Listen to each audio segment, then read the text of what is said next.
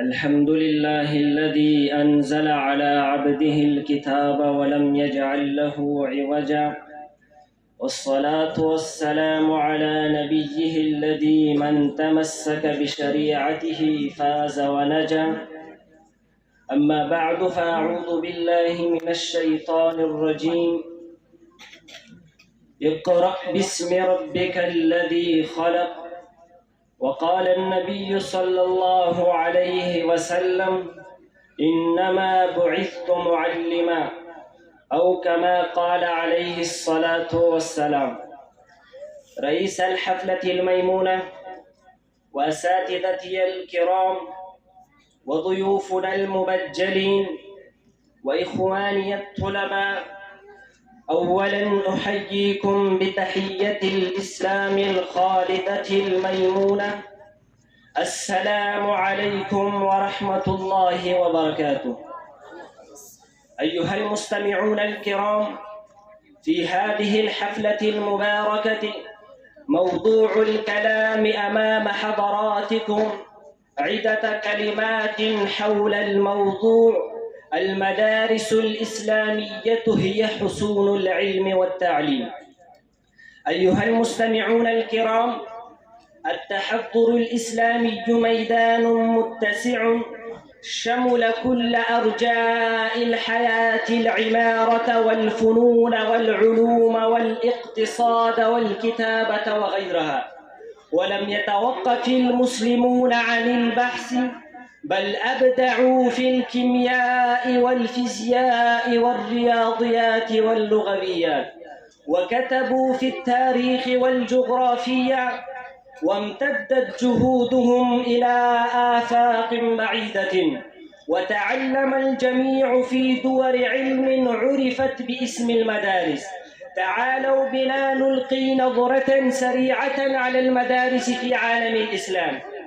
أيها المستمعون الكرام، إن أول المدرسة بعد خلق الدنيا لتعليم الإنسان وتعلمه صحراء في حجاز المقدس ميدان العرفات، لأن الله تعالى وسبحانه علم أول الإنسان آدم عليه السلام، وفضله على الملائكة بتعليم الأسماء كلها، ما يكون ذريعة لحياة الإنسانية إلى يوم القيامة.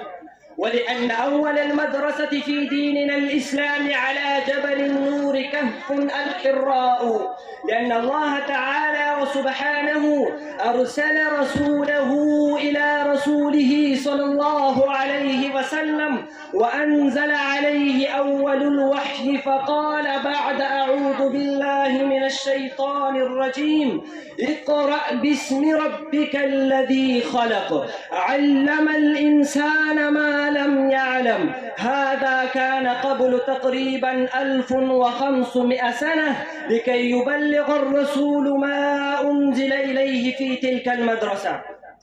رئيس الحفلة الميمونة، من المعلوم أن المدارس الإسلامية هي حصون العلم والتعليم، فلا بد من قيامها وانتظامها في كل حين ومكان، لكي يتعلم الإنسان بما كلف به من أحكام الفرائض والواجبات والسنن بأقسام كلها، ويعرف الإنسان المنهيات حراما ومكروها.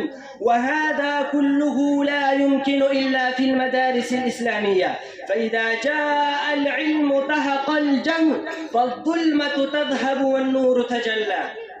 أيها السادة، القراءة والكتابة والعلم والتعليم جانب مهم من جوانب الاهتمامات الإسلامية، فالدين يحث على العلم وطلبه. فلذا قال الله تبارك وتعالى بعد: أعوذ بالله من الشيطان الرجيم: وعلم آدم الأسماء كلها. ولذا قال النبي صلى الله عليه وسلم: إنما بعثت معلما. ولذا قال: اطلبوا العلم ولو في الصين. ولذا قال: اطلبوا العلم من المهد إلى اللحد.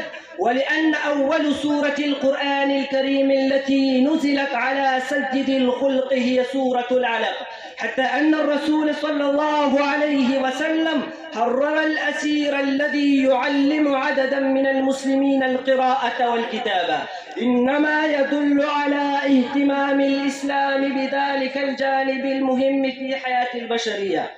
ومن جهة أخرى فإن الدولة الإسلامية في جميع أدوارها اهتمت بالعلم والتعليم.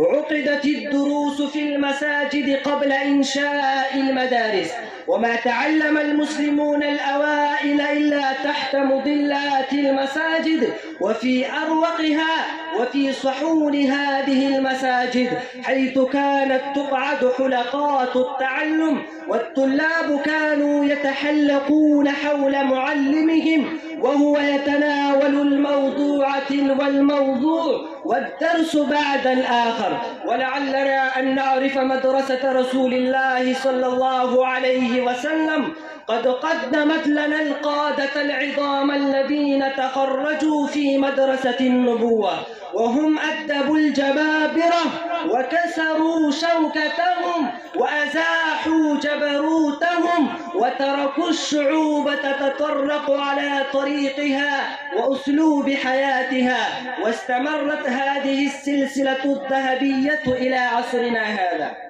أيها الإخوة، لا شك أن المدارس قد أخدمت الأمة في كل عصر من العصور وفي كل دهر من الدهور، لا سيما خدمة الدين والشريعة بكل سرور.